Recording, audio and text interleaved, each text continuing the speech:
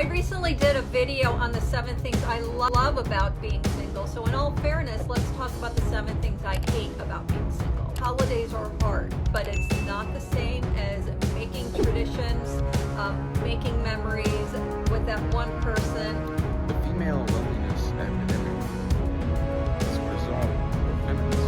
The older women who are single have tons of family and friends surrounding them when they pass, whereas single men are sometimes not found for weeks. Single women are keeping your woman single. They were really struggling with why men are not attending these. It is far easier for a woman to walk into a room full of women she does not know than it is for a man. This is the poison that keeps women single, because women will protect each other's feelings before they will protect their relationship. Being single today isn't as simple as freedom versus loneliness. It's a complex mix of independence, expectations, and social influence. Some people say single life is empowering, while others quietly admit it comes with emotional gaps that are hard to ignore. At the same time, there's a growing debate about why relationships aren't forming like they used to, whether it's mindset, social circles, or changing standards. But the real question is, what's actually driving this shift? I recently did a video on the 7 things I love about being single. So in all fairness, let's talk about the 7 things I hate about being single. Number 1, you are not a priority in anyone's life. Sure, family and friends will support you. They're going to check in on you, but that hits differently than having a partner who thinks of you first before they think of anyone else. Number 2, even though you know better, there's still that occasional sense you're missing out when you see paired people's social media posts. Now, you know that it's just a tiny snapshot of someone's life, or likely all bullshit. You know, the more they lay it on, the more they probably hate each other. But you still feel like those are moments that you don't even have access to. Number 3, holidays are hard. Again, you can spend it with friends or family, but it's not the same as making traditions, making memories with that one person that wants to make traditions and memories with you too. 4, who is your emergency contact? You don't have that one person in your life whose heart will skip a beat if, God forbid, they get a call from a hospital because you've been hurt and you can't make the call yourself. 5, there is no soft place to fall or land at the end of the day, no one with whom you can share your day, and quite frankly, no one to share household chores or life responsibilities with. It is all on you. All those small things of life, they pile up, and it's up to you to get shit done and to keep shit together. Number 6, missing out on physical touch. And I don't mean the kind that you can get with a hookup.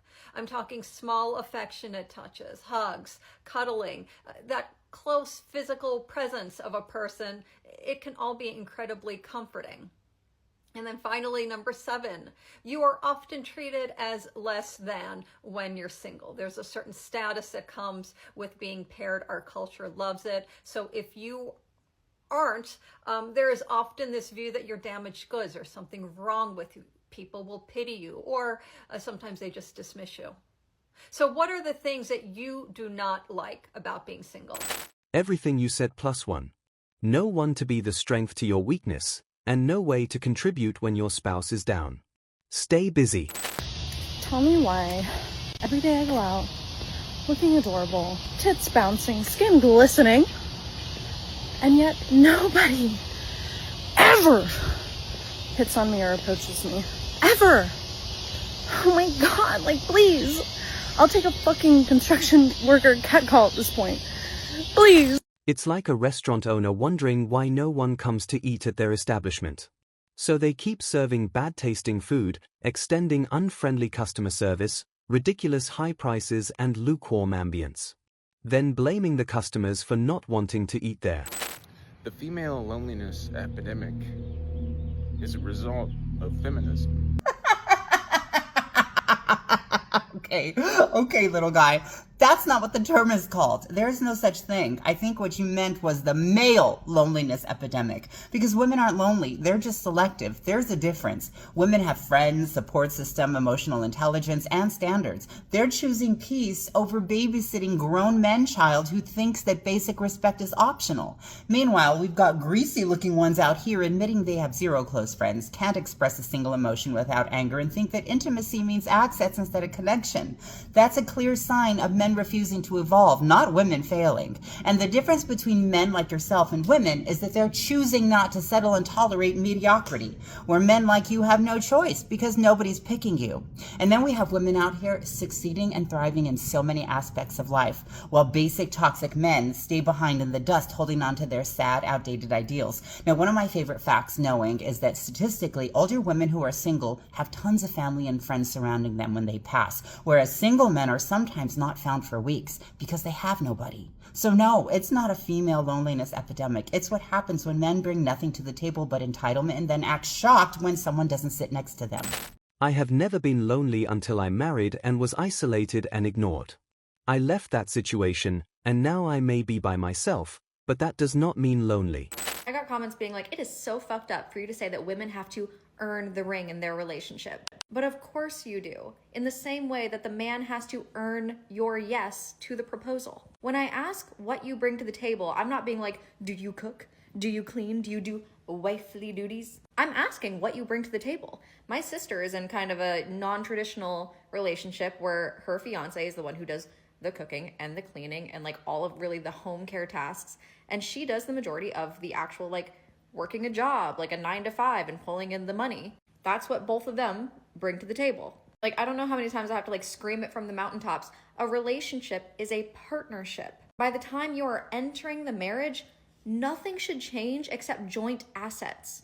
Getting to the proposal, getting to marriage is just this sentiment of like, hey, what we're currently doing is so fucking rad, is so fucking cool. I want to do it forever. And truly, I do not think that these women who are like, I'm not doing shit for a man until I get a ring, I don't really think the ring is going to change that much. And there's something inherently fucking red-pilled about being like, well, once I have the ring, I'll do wifely duties, I'll do cooking, I'll do cleaning. Did the ring turn you into a trad wife? Very confused about the entire thought process and the entire sentiment. Even when they get the ring, they won't do wifely duties because they never wanted to do that to begin with.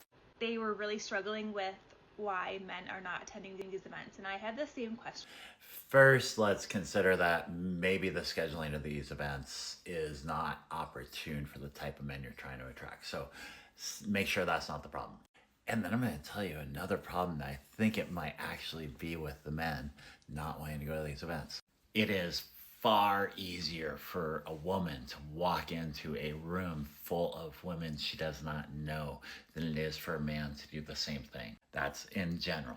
But second, for the men, it's a little bit of a competitive environment because you're creating a dating specific event. And so they're going to be there with men that they don't know. That creates a level of anxiety that comes from just kind of natural forces. So I think ideally you should do a men's event first, and then the following weekend do an event with single ladies with that same group of men. I don't know, that's my thought. It's basically men paying to be humiliated, rejected, and feeling worse after the event. They can get the same result for free. Single women are keeping your woman single, and this is for men who feel like their wife or girlfriend is heavily influenced by their friends. Stop trusting her single friends. They don't necessarily want her happy. They want her available for them. Single women keep women single because they live in an ecosystem of emotional chaos, no accountability, and temporary coping. They hype each other up, validate each other's delusion, and cheer for every decision that avoids responsibility. They want support, not truth. They want comfort, never clarity. They want a circle where nobody grows, so nobody gets left behind. When a woman is surrounded by single women, she absorbs their mindset naturally. She picks up their insecurity. She picks up their resentment towards other men. And she picks up their trauma-driven logic. And she starts acting like them, not like a woman who is in a committed relationship, but like a woman preparing to exit one. Her friends will never tell her, you overreacted, you were disrespectful towards him, you hurt him, you need to apologize, you need to fix this. They're not going to say that. Instead, they're going to tell her, You did nothing wrong. Oh, he's too sensitive. He should just accept you the way that you are. You should be able to do whatever you want. Girl, go do you. You deserve more. This is the poison that keeps women single, because women will protect each other's feelings before they will protect their relationship. Meanwhile, you, as a man, sit there waiting for an ounce of accountability, but her friends already convinced her that she doesn't owe you any. So here's the truth. If a woman doesn't have mature, committed, feminine women around her, and she lives in a circle of single, bitter, chaotic friends, bye, run. Your relationship is going to suffer, not because of you, not because of the marriage, but because she is taking advice from people who can't even keep a relationship themselves. A woman becomes who she surrounds herself with. And if she surrounds herself with single women, she becomes one of them. If you want a healthy relationship, make sure she's surrounding herself with women who have the same life that she says that she wants, not the women who secretly want her to join them in loneliness. Facts. Being around single friends is a recipe for failure in any relationship. Once you're in a relationship, your single friends need to go. You can't be out hanging around them, they will destroy your relationship, period. If your pedis wants to surround themselves with these people, you need to walk away and let them be. These women believe that they have reached heaven on earth, that they have accomplished the mission of utopia, and that for the first time in history, they're not dating men for financial stability and material things, and that they're finally just dating us for our character. And that has led to all of them being single. And they believe that they're at peace and living their best lives being single without a companion. For the first time in history, women are dating men for their character. For the first time in history? Y'all make it seem like women have only wanted men for their money. These women have always wanted a man with a good character, okay? But the problem is, a lot of men don't have good character. As a matter of fact, they treat women poorly. So now women are deciding to stay single because they want to be at peace, right? You guys are only mad because women are choosing to stay single instead of getting with y'all. Can they just stick to a narrative? It went from choose better, have standards, then standards are too high, settle. Then, women over 30 are bitter, barren, angry. Then have fun living alone with cats. Now that we're happy living alone with cats and dogs, enjoying our boozy brunches, hobbies and clean homes, spending our own money, we're not really happy? I'm going to get yelled at in the comments for saying this. But a lot of women today are single because they haven't met a man who's better at being a man than they already are. Look, she's independent, she's got a good job, handles her shit and solves her problems. So when a man comes into her life and doesn't add anything meaningful to it, it's just another responsibility to her. And that's why the women of today are no longer chasing relationships. They're choosing peace. Spot on. I just wish that everyone in relationships stopped asking me why I'm single. I don't need to be in a relationship to be happy and fulfilled. If the right man came along, that would be brilliant, but I'm not sure he exists for me. At its core, this isn't just about men or women. It's about how modern relationships are being shaped by culture, expectations, and environment. Social circles, past experiences, and personal priorities all play a role in whether people choose connection or independence. Some are thriving alone, others feel something missing, but both realities exist at the same time. Until people become more intentional about what they want and who they surround themselves with, this divide between singleness and relationships will keep growing, not shrinking. You're watching Modern Dating Logic, where we keep it real, not emotional. If you're ready for more truth the world avoids, you know where to find me.